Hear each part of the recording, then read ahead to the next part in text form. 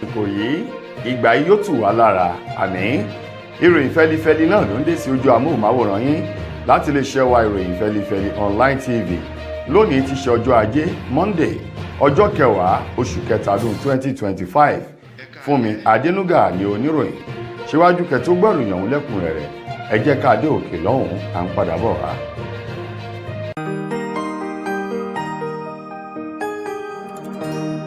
Ìròyìn fẹ́lifẹ́li TV àjààbálẹ̀ làwọn ìròyìn ti wà máa wò lóòrèkóòrè.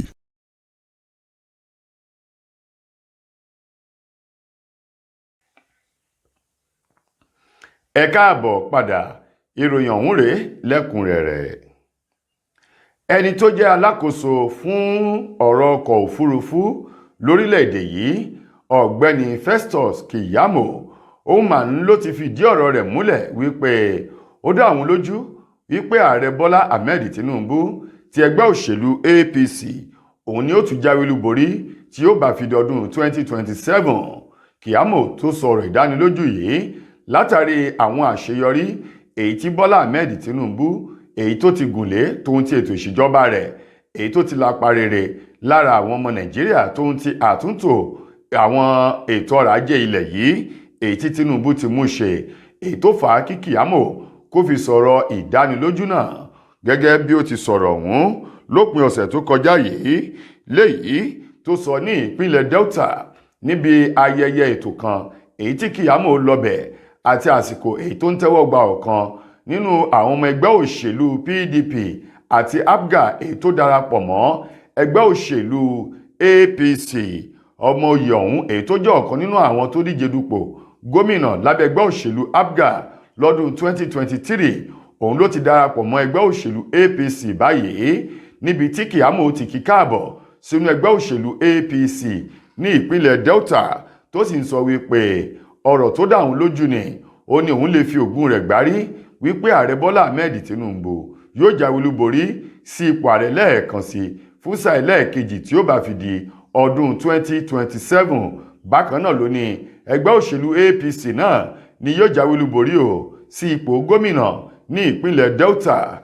Keyamo tó wá kó tán nínú ọ̀rọ̀ rẹ̀ ó ní òun rọ gbogbo àwọn ọmọ Nàìjíríà láti súgbà ètò ìṣèjọba Bọ́lá Ahmed Tinubu kí wọ́n fi ẹ̀mí ìmoore hàn sí látàrí ìlápa rere ètò ìṣèjọba Tinubu tó ti mú bá orílẹ̀-èdè Nàìjíríà tó ń ti àyípadà aláìlẹ́gbẹ́ èyí tó dé bá àwọn ọmọ orílẹ̀-èdè yìí àti ètò ọrọ̀ ajé ilẹ̀ yìí èyí tó ní èyí gan tó láti fi sọ fún àwọn ènìyàn wípé lọ́dún 2027 Tinubu òun náà ni bò yóò yàn sípò lẹ́ẹ̀kan sí gẹ́gẹ́ bí ààrẹ orílẹ̀-èdè yìí.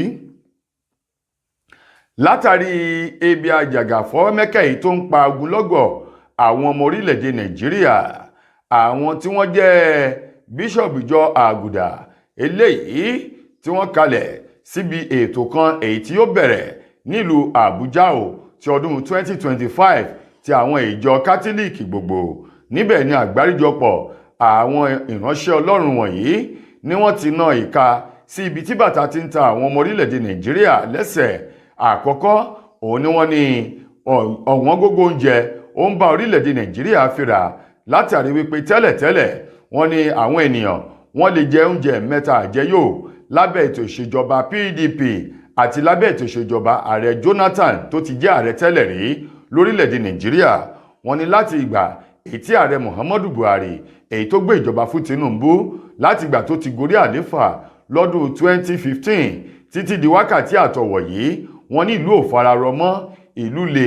bóorin Victor Ọláìyá òun ni àwọn ìránṣẹ́ Ọlọ́run ìjọ kátólíìkì náà ni wọ́n sọ níbi ìpàgọ́ ètò wọn ti ọdún 2025 èyí tó ń lọ lọ́wọ́ báyìí nílùú Àbújá. Wọ́n wá ní ẹlẹ́ẹ̀kejì ẹ̀wẹ̀ lètò ààbò eléyìí tó ń ṣe ségesège lórílẹ̀‐èdè Nàìjíríà. Ẹ̀kẹta ẹ̀wẹ̀ wọ́n ní ọ̀pọ̀lọpọ̀ àwọn ọ̀dọ́ ló ti di aláìníṣẹ́ lọ́wọ́ látàrí bí nǹkan ṣe gbówó lórí èyí tó tún jẹ́ kí nǹkan kó tún mú ẹsẹ̀ padà sẹ́yìn lórílẹ̀‐èdè Nàìjíríà. Wọ́n wá rọ ààrẹ Bọ́lá Tinubu wípé báwọn náà bá wò dáadáa wọ́n ní ẹni tó bá ní òwú òtẹ́rù á jẹ́ wípé èyí tó fẹ́ fi tanná ìnìkan ló mú o. Wọ́n ní ọ̀rọ̀ tó ń bẹ nílẹ̀ yìí àìláṣọ lọ́rùn pàkánì ó tó àpérò mẹ́rìwò. Wọ́n ní káàrẹ Tinubu náà kó jókòó dáadáa kó wo bí ètò ọrọ̀ ajé ilẹ̀ yìí àti iye tí wọ́n ta àpò ìrẹsì tó fi mú àwọn oúnjẹ mìíràn síwájú kó tó dórí àga àléfà àti ìgbà tó wà ń bẹ̀ yìí ni ó fi mọ ìhà àti ọ̀nà tí ó gbà láti tètè dá nǹkan padà kó lè ṣẹnu mẹ́rin dáadáa fún àwọn ọmọ ilẹ̀ yìí, nítorí pé ogunlọ́gọ̀ àwọn ọmọ Nàìjíríà ni wọ́n ń la ìṣòro eléyìí tí wọ́n lè wí fẹ́nikẹ́ni ni wọ́n là kọjá lọ́wọ́ báyìí, gẹ́gẹ́ bí àgbáríjọpọ̀ àwọn bíṣọ̀bù ọ̀hún bí wọ́n ti sọ̀rọ̀ náà nílùú Àbújá lánàá tí í ṣe ọjọ́ Sunday. Ààrẹ ilé ìgbìmọ̀ aṣòfin àgbà orílẹ̀-èdè wa Nàìjíríà lọ́wọ́ báyìí, Godswill Akpabio, òun mà ló ti sọ fún àwọn ènìyàn láti máa wo ẹnu wọn síwájú kí wọ́n tó sọ̀rọ̀, kí wọ́n sì mọrú ọ̀rọ̀ tí wọ́n yóò dá sí o, nítorí wípé ìlú tí ò bá sófin ni ò ṣẹ̀ṣẹ̀, òfin wà ní orílẹ̀-èdè Nàìjíríà tó fi ọ̀hún sì fẹsẹ̀ múlẹ̀ dáadáa. Eléyìí tí ọ̀rọ̀ náà jáde lẹ́nu Akpabio lẹ́yìn èyí tí Bùkọ́lá Sàràkí, èyí tó náà ti fìgbà kan jẹ́ ààrẹ ilé ìgbìmọ̀ aṣòfin àgbà ọ̀hún tẹ́lẹ̀ rí, tó fèsì sọ̀rọ̀ kan èyí tó ń jà ran ibi ejò apá ìpátán lẹ̀ báyìí, wípé gbogbo àwọn ọ̀rọ̀ tó ń jáde àti ẹ̀sùn èyí tí wọ́n fi kan Akpabio yìí, ó ní ó dáhùn lójú wípé púpọ̀ nínú rẹ̀ òun ló jẹ́ ojúlówó ẹ̀sùn, àti wípé pẹ̀lú àwọn ọ̀rọ̀ àti ìròyìn tó ń bọ̀ tà fi hàn wípé Akpabio náà òun náà lẹ́bọ lẹ́rù lórí àìṣe òdodo, àìṣòtítọ́ pẹ̀lú àwọn ìwà kò sí ẹni tí ó mú mi tó ń wù nílé ìgbìmọ̀ aṣòfin ọ̀hún. Bùkọ́lá Sàràkí wá sọ wípé ó dáhùn lójú wípé bí wọ́n bá pe àwọn tí ọ̀rọ̀ ń kàn, àwọn náà yóò rí nǹkan sọ o. Gẹ́rẹ́ tí Bùkọ́lá Sàràkí sọ̀rọ̀ yìí ni Akpabio náà dá ìsì ọ̀rọ̀ náà fún padà lẹ́yọ̀ ọ̀sọ́kà lánàá tí í ṣe ọjọ́ 9 nínú oṣù kẹta ọdún èyí tí a wà nínú rẹ̀ yìí, gẹ́gẹ́ bí ọ̀rọ̀ náà ṣe ṣorí o lọ́dọ̀ àwọn àjọ SERAP, èyí tí àwọn náà ti pe àkíyèsí Bùkọ́lá Sàràkí àti ọ̀rọ̀ eléyìí tí Akpabio tó sọ. Àjọ SERAP ní àwọn ọ̀rọ̀ tó ń bẹ nílẹ̀ yìí, ó ní àìláṣọ ọlọ́run pàká ó tó àpérò mẹ́rìwò. Wọ́n ní àwọn ọ̀rọ̀ Akpabio wípé lórí ìwé gbélé oṣù 6 èyí tí wọ́n fún aṣòfin arábìnrin Natasha Akpoti-Uduaghan èyí tó wá láti ìpínlẹ̀ Kogi, èyí tí wọ́n ní kó lọ rọ́kúnlé fún odidi oṣù 6. Àjọ SERAP ní àwọn rọ Akpabio wípé kó dá arábìnrin ọ̀hún padà sílé ìgbìmọ̀ aṣòfin, bí bẹ́ẹ̀ kọ́ a jẹ́ wípé òun náà yóò fojú winá òfin ni o, nítorí wípé Akpabio gan ó lẹ́bọ lẹ́rù, ìrìn rẹ̀ ò mọ́, bẹ́ẹ̀ sì ni ọwọ́ rẹ̀ kún fún ìdọ̀tí léyìí tó jẹ́ wípé wọ́n ń daṣọ àṣírí bò ní. SERAP ní bí Akpabio bá kọ̀ jálẹ̀ láti pe Natasha padà pé kó máa bọ̀ sílé ìgbìmọ̀ aṣòfin ọ̀hún, ó ní ọ̀rọ̀ tó ń bẹ nílẹ̀ yìí a jẹ́ wípé àwọn yóò fọ́ gbogbo ẹ̀ lójú yánkanyànkan ni o. Bẹ́ẹ̀ bá gbàgbé, Natasha èyí tó jẹ́ wípé ó fi ẹ̀sùn kan Akpabio wípé ó fi ọwọ́ àbùkù ìbálòpọ̀ ó fi rá òun lára, òun ni wọ́n ti ní kí Natasha kó lọ rọ́kúnlé fún odidi oṣù 6 báyìí, èyí tó sì ti mú ọ̀pọ̀lọpọ̀ àwọn ọmọ orílẹ̀-èdè Nàìjíríà láti máa dá sí ọ̀rọ̀ náà. Àjọ SERAP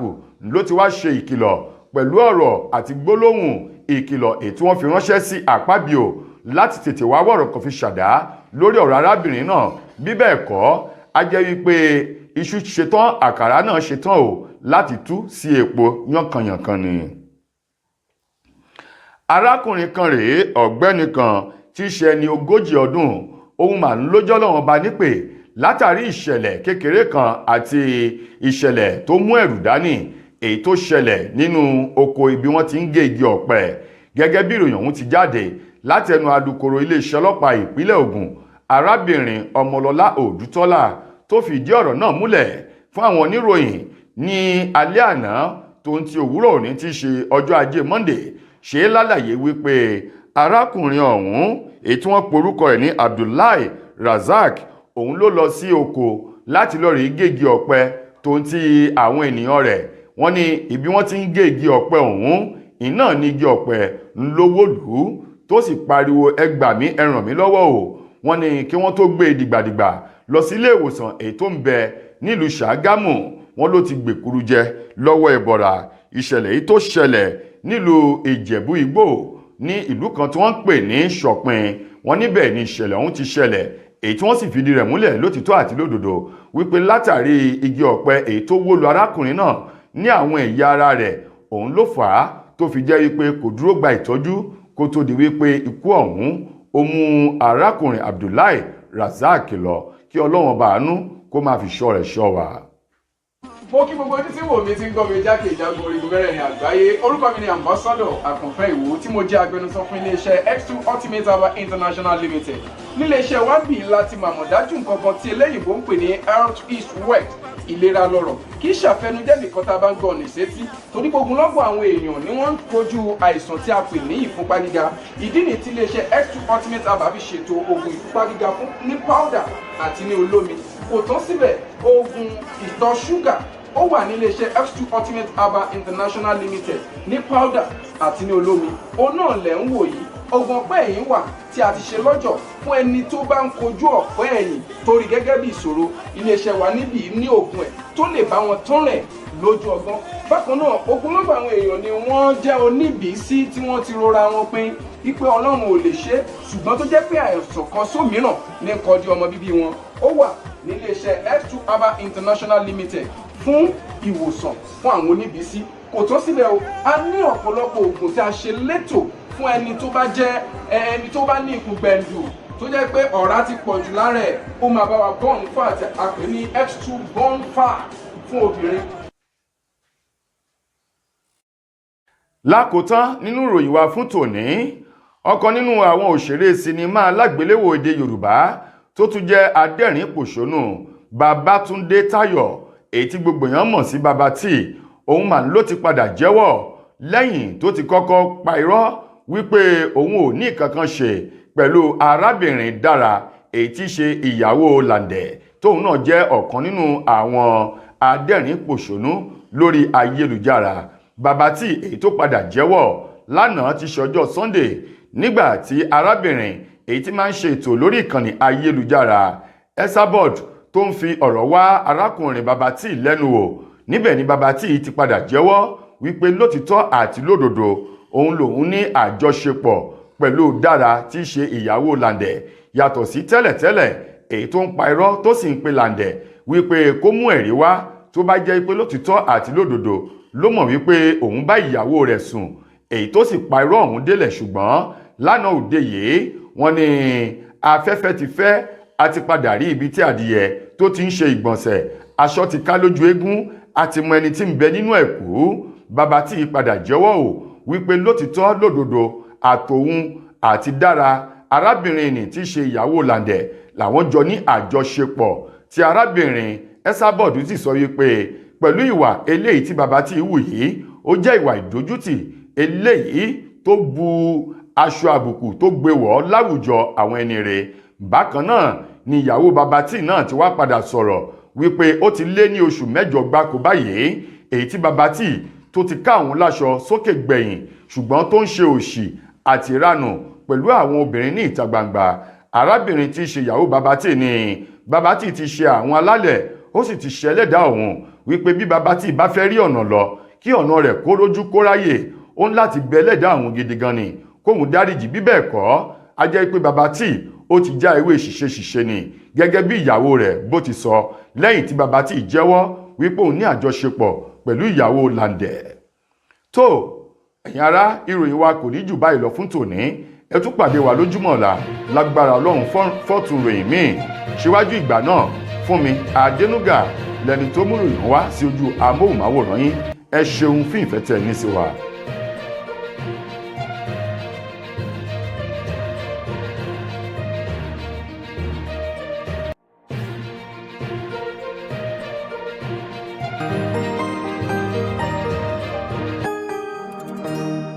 Ìròyìn Fẹ́lifẹ́li TV àjààbálẹ̀ làwọn ìròyìn ti wà máa wò lóòrèkóòrè.